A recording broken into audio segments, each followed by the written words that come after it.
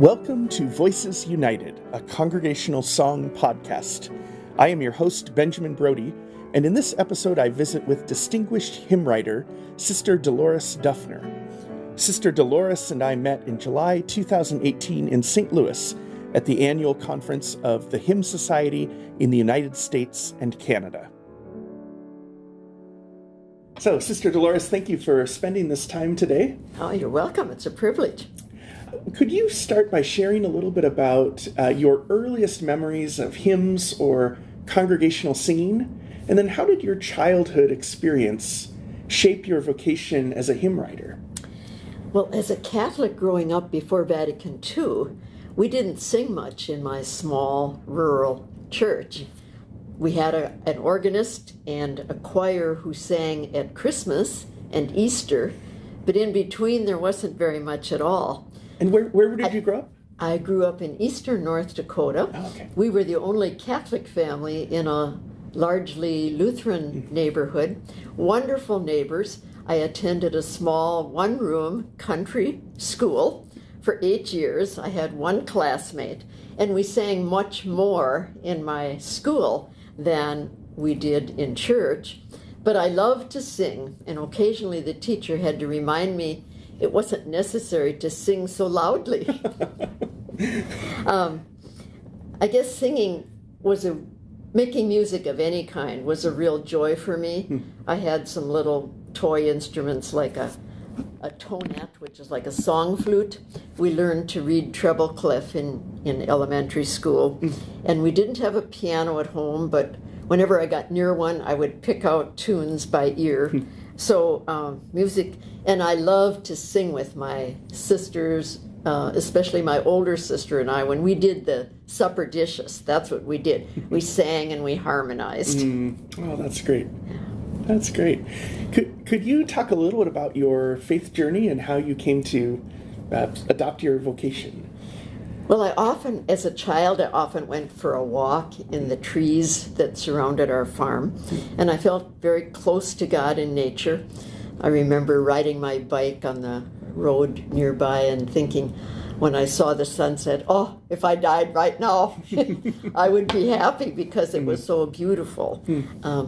We lived so far from church that I think nature was my closer connection to God than worship was. My parents were people of deep faith, and I think their example and their teaching was probably more important to me than what I heard in church and at religious education sometimes it was once a week, and sometimes it was 2 weeks in summer. But I guess how I attended then a private Catholic high school and began to think about perhaps becoming a sister because I was inspired by some of the examples that I had seen, some of the people that I knew. And I loved the liturgy. I guess the love of the liturgy was very important, and music as part of the liturgy. Yeah. Was it difficult growing up? You've mentioned you were the only Catholic family in your area. I would imagine, was that challenging? Did you? It was a really good experience. My father had come from a almost exclusively, a very heavily Catholic area, but he always said to us, our Protestant neighbors are going to go to heaven ahead of us if they live their faith better than we live ours. It was like that real acceptance. There was an ecumenical spirit there. Yes, there when was. It seems like maybe that was uncommon. I don't think it was so common, but he had it, and he passed it on to us, and so we felt very much at home. And the classmates and the schoolmates we had were like sisters and brothers in that tiny school. I mean, at its peak, there were 16 students in that little one-room country school. Wow. So and did that cover a wide span of grades then? Yes, ages? grades 1 through 8. 1 through 8. Sometimes there was a grade that didn't have anyone. And I think we had mostly Lutherans, but we had some Methodists, and then my family was Catholic. So it was a good mix already. Oh, that's wonderful. Yeah. Oh, great. And what year was it when you when you became a part of your community? Okay, well, after high school, I went to college at the College of St. Benedict in St. Joseph, Minnesota. My older sister had gone there. It was probably the least expensive private college. And so I had visited there once, and I thought, this feels like home. It felt almost more at home than I felt very much at home there. And so I attended I attended 3 years, and then I decided, okay, next year I think I want to start the process of becoming a sister. And it was kind of a mystery to my classmates because they wanted me to run for all-college president. And I said no. And they said, well, why not? And finally I confided to one, why not? And she said, oh, okay. That's great. And so it was it before Vatican II then? When Yes, it was before Vatican II. And when you mentioned Vatican II, I guess that was a real turning point for me in terms of my faith journey. Up until Vatican II, there were things that I thought about how my church taught that I didn't really agree with. Like, it always felt to me like the clergy were up on a pedestal and that we were supposed to, well, as people say, pay, pray, and obey. But at any rate, when Vatican II happened, I remember reading the Catholic papers and saying to myself, it's okay to think like I always thought. Oh, wow. Yeah, and I lived with sisters who we sat together and we studied the documents, and we were very eager to learn more. And I guess one of the real riches of Vatican II was its direction to return to the sources. Yes. And particularly what that did for me is even though my Benedictine rule had urged me to read scripture and do Lectio with it, Vatican II really motivated me and gave me materials with which to work. And so that return to the sources was essentially a turning point in my faith life. And especially the emphasis on Jesus' ministry and his life. Before that, it was mostly talking about his passion and death and resurrection. And so seeing and paying attention to what Jesus taught gave me a whole new insight into what I wanted to teach and live. So tell me about your career then. What did that look like? Okay. Well, for a couple of years, for 2 years, I taught in our local high school and lived right at the monastery. And it was a private girls' school, and I taught piano lessons and music appreciation. And then I was sent to a parish about 90 miles from there, where we had a small community of about 7 or 8 sisters. And there I had 3 jobs, basically. I taught school music, and I gave many private piano lessons, and I was the church organist. So any service that happened, I played and directed the adult choir and the children's choir. So I had a 7-day-a-week job. It was pretty all-consuming. But I was young and had lots of energy. So I was in one parish for 5 years, and then was transferred to another parish just also about 90 miles from the monastery. So I didn't get back to the monastery real often. But the local community was a very supportive one, and so it was a good experience as a young sister. I didn't start really writing until I think it was 1979. In the early 70s, I went back to the monastery to be the coordinator of the liturgy at the monastery, and that was a big job at that time. We didn't have computers, you know. And then I was living in a smaller house off campus, and I began to realize that there was such a thing as a day off and a weekend. And so I started to write. I can still remember where I was sitting, and I was reading John, the Gospel of John, chapters 15 to 17, and the words for one of my hymns, "Make Your Home in Me," started to come to me to the tune of Picardy. Okay. Yeah. Is that a common experience for you to... It's interesting to me when you say that it was at the point where you essentially had a Sabbath that you had the space to be able to think about hymns. Has that continued to be the case? Does it require that space? Yes, I need to create space in order to write. And so sometimes when if I have a commission and I have a deadline, I try to do my research and my thinking and meditating, but when I actually sit down to write, I usually lock my office door, take the phone off, or put the phone on automatic, and then isolate myself to try to get a first draft. Once I've got a first draft, then I can kind of carry it around with me, maybe go for a nature walk, or take it home with me, because sometimes when I go to bed and my mind is free again, then a better way of saying it comes. I think I remember reading at one point Leonard Bernstein saying that his most productive sort of time in thinking about musical ideas was kind of that time right between sleep and being awake, and whether it was as he was falling asleep or as he was waking up in the morning, that those were kind of the most important times. Right. Sometimes the insight or the solution to the problem you've been wrestling with comes when your mind is free. Yeah, absolutely. You're not struggling with it so much. That's great. Who would you say has been an influence on your hymn writing, and why do you write hymns? Well, probably Pope John the 23rd was a huge influence. Absolutely. Because he gave me a new idea of what the church could be and should be. And I realized that we really are the church. Yeah. And there was a real freedom in that, and a call, a vocational call. I think I only realized hymn writing was my vocation in the early 80s, well, shortly after that other one.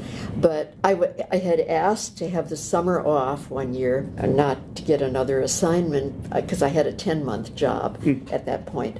I was director of the Office of Worship for the Diocese of St. Cloud, and with my 10-month job, I thought, I want to write.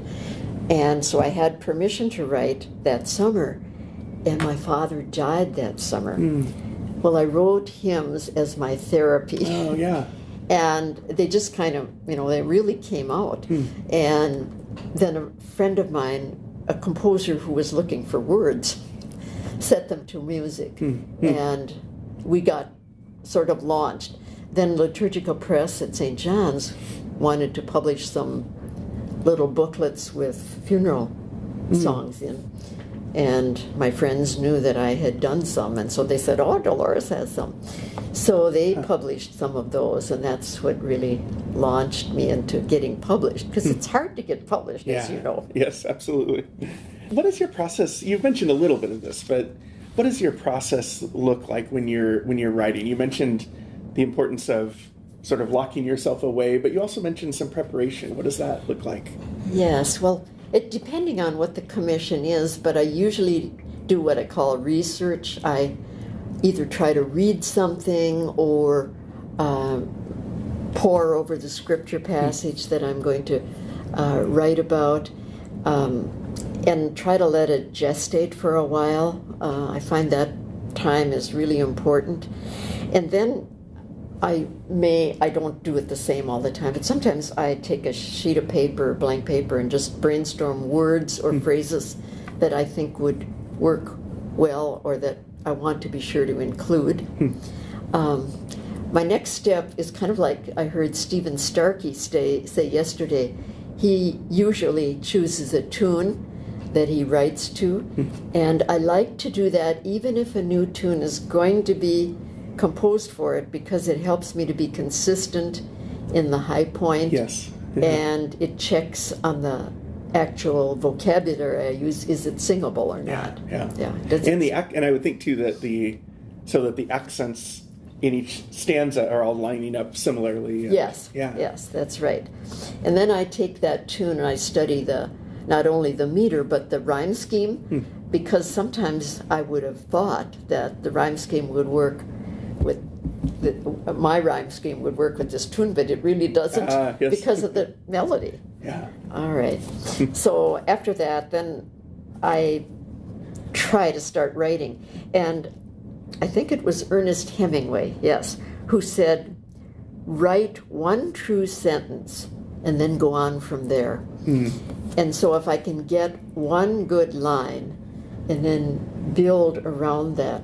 Sometimes, if I can't find that one good line, I start with a really poor line as my first line of my hymn. Yeah. And then as I go on, I get into it more, and then I have to go back and take away that first line. But the importance of being consistent is something I think about, that its parallel structure is even more important in poetry and hymn text than it is in prose. And so I often use parallel structure because the hymn text goes by so fast that people understand it better if you use parallel structure. Rilke, the German poet, says some good things about being patient and about the necessity of gestation. He says, being an artist means ripening like the tree which does not force its sap. It does come, but it comes only to the patient. And I like that quotation a lot. I think that goes against so much of perhaps the way we view inspiration as, that out of inspiration something comes completely full well crafted, and I think at least my experience, and it sounds like yours, is that's not often the case, that it takes continuous tinkering. And I know for me, writing tunes, often it takes having my congregation sing through a draft, and then I realize, they're not catching that interval, or that's not quite working. I need to go back and make an adjustment. And yes, so before I show it to anybody else, I edit rather mercilessly. And sometimes, I always tell myself, you're going to have to discard sheaves of paper before you get what you want. And that's true, and it's worth it, because I'm not satisfied if it's not up to par. Yeah. But after I think I've got a good first draft, then I usually put it away for a few days, even a few weeks if it gets busy. When I come back to it, then I can see it more objectively, and then I make my edits and revisions. Then I have 4 critics, and they have been so helpful in pushing me to do better. One is my own blood sister, who is a retired English teacher, and she is very good at saying, well, this is not clear, or as somebody who hasn't studied a lot of theology, I don't know what you mean here. That's great. And punctuation, that sort of thing. One is a retired theology teacher, professor. One is a musician composer, and one is a spiritual director. And she may say, this may suggest something negative to people, and so take that out. So those folk see everything I write. And that is just fascinating to me, and partly I think about how important each of those perspectives is on what you do, and each one has something specific that they're going to be able to find that the others may not notice. Yes. And there are times that they don't all agree, of course. And then, or even if they all agree, occasionally I have to say, but this is the way it has to be. Yes, that's right. No, most of the time, if more than one says something, I say, okay, she represents a whole slew of people that are not here, and I need to change that to make it more understandable or more a positive message. Yeah. It has to be good news. Yes. Not just true, but it has to be good news, and it has to sound good. Oh, that's great. Good word. What do you see as the role of hymns or congregational singing in worship? Well, I see that I want them to help the congregation, the worshipers, to relate the scripture and the message of the liturgy to their real lives. And I was talking with a couple of friends at the conference here. I was telling Mel Bringle this morning at breakfast that my big goal right now is to try to connect science and faith, because so many of the prayers of the liturgy come from a very antiquated view of the universe. The three tiers, God up there and we in the middle and hell down below. And I think a lot of people think that science and faith just don't work together, and we're turning off young people by a lot of that understanding. So I want to do more with writing about the cosmos and how, yes, we can believe in evolution. God didn't, Milner Seifert was saying to me this noon, when a student asked him about evolution, he said, well, we really don't know how long a biblical day was. Yes. And I said, oh, that's good. But that I heard a story which really convinced me I need to do some of this. There was a young woman in her religious education class, and she was struggling with what she had learned in school from science and what she was reading in Genesis, and so she asked about, well, how does this fit? How does this fit with evolution? And the teacher said, well, we don't talk about evolution here. Yeah. So she was really turned off and doesn't go to church anymore. So I do see that it's an area that needs to be addressed. And it's related to creation care, but it's maybe broader than that. Yeah, absolutely. Well, and it seems to me that it seems to me an importance that young people sense of wanting their churches to be a place where they can bring those questions, and even if there aren't easy answers to them, that the questions at least are welcomed. Yes. And something that really thrilled me about a year and a half ago, I had written a hymn called "Who is the Neighbor?" And I visited a parish where it was sung. And afterwards, a teenage boy said to his mother, I really like that verse that says, the eagle is my sister, because it's the broader view of the universe, not just us human beings. That's great. That's great. But what most... Oh, sorry, did I interrupt? The other part of the role of singing at worship is that something that I've thought about a lot since I heard it at NPM, and that is that we need to sing the liturgy, not just sing at the liturgy. That our hymns whatever we sing should help us to get into the meaning of the worship itself, not just be some frill that makes it more attractive. Yeah. Oh, that's good. That's great. What do you see today that maybe concerns you in the landscape of congregational singing and worship? Well, one thing that I think is happening is that, at least in some parishes or some worship communities, that too much new music is introduced. And I think that it's because we musicians get bored doing maybe the same mass setting, or even repeating the hymn often right after we've taught it. But that's what the people need. And we need to think more of them than of what thrills us as musicians. So I guess that's a big thing. And another thing that other people have pointed out is that sometimes too much music is being published. That maybe we're not discriminating enough. And then that's related because sometimes composers want to write music, but they don't write good text, and they don't recognize that, or they don't have their hands on good text, and then we end up, because the music is attractive, we end up singing things that don't really nurture our faith or don't really contribute to the liturgy. That's good.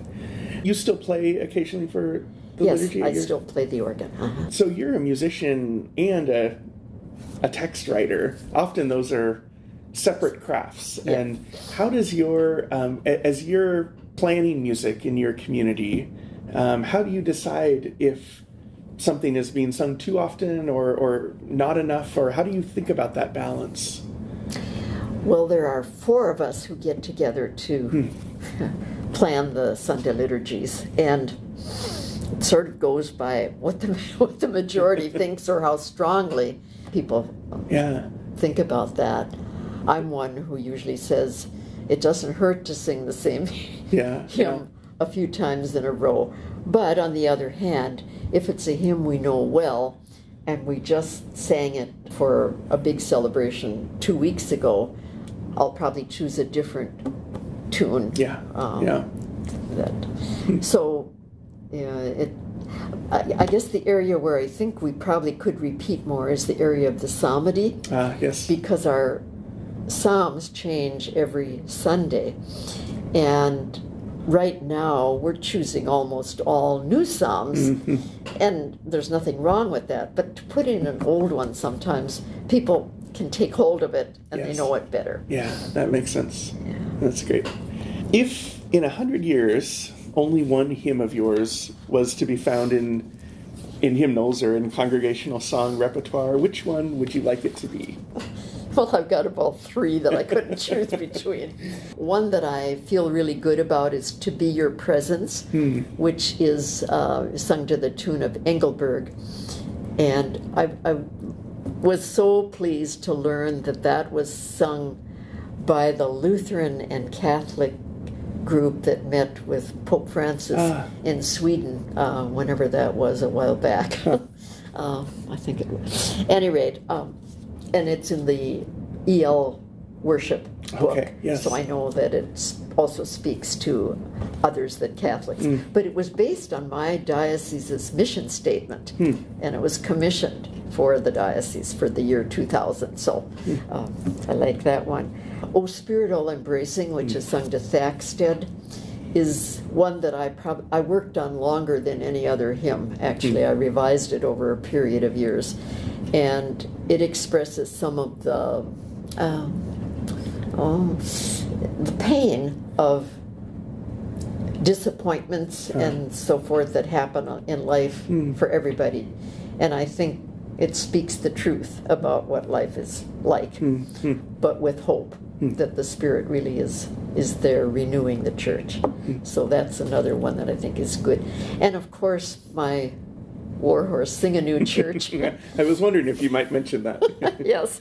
Well, that's been very important to me. It was my first really big commission. It was done for the 1991 NPM convention in Pittsburgh. And unfortunately, I was working in Australia at the time. Oh, so wasn't there for the premiere, but people really claimed it as something they believed strongly. It expressed a lot of the ideals of Vatican II that I am strongly committed to.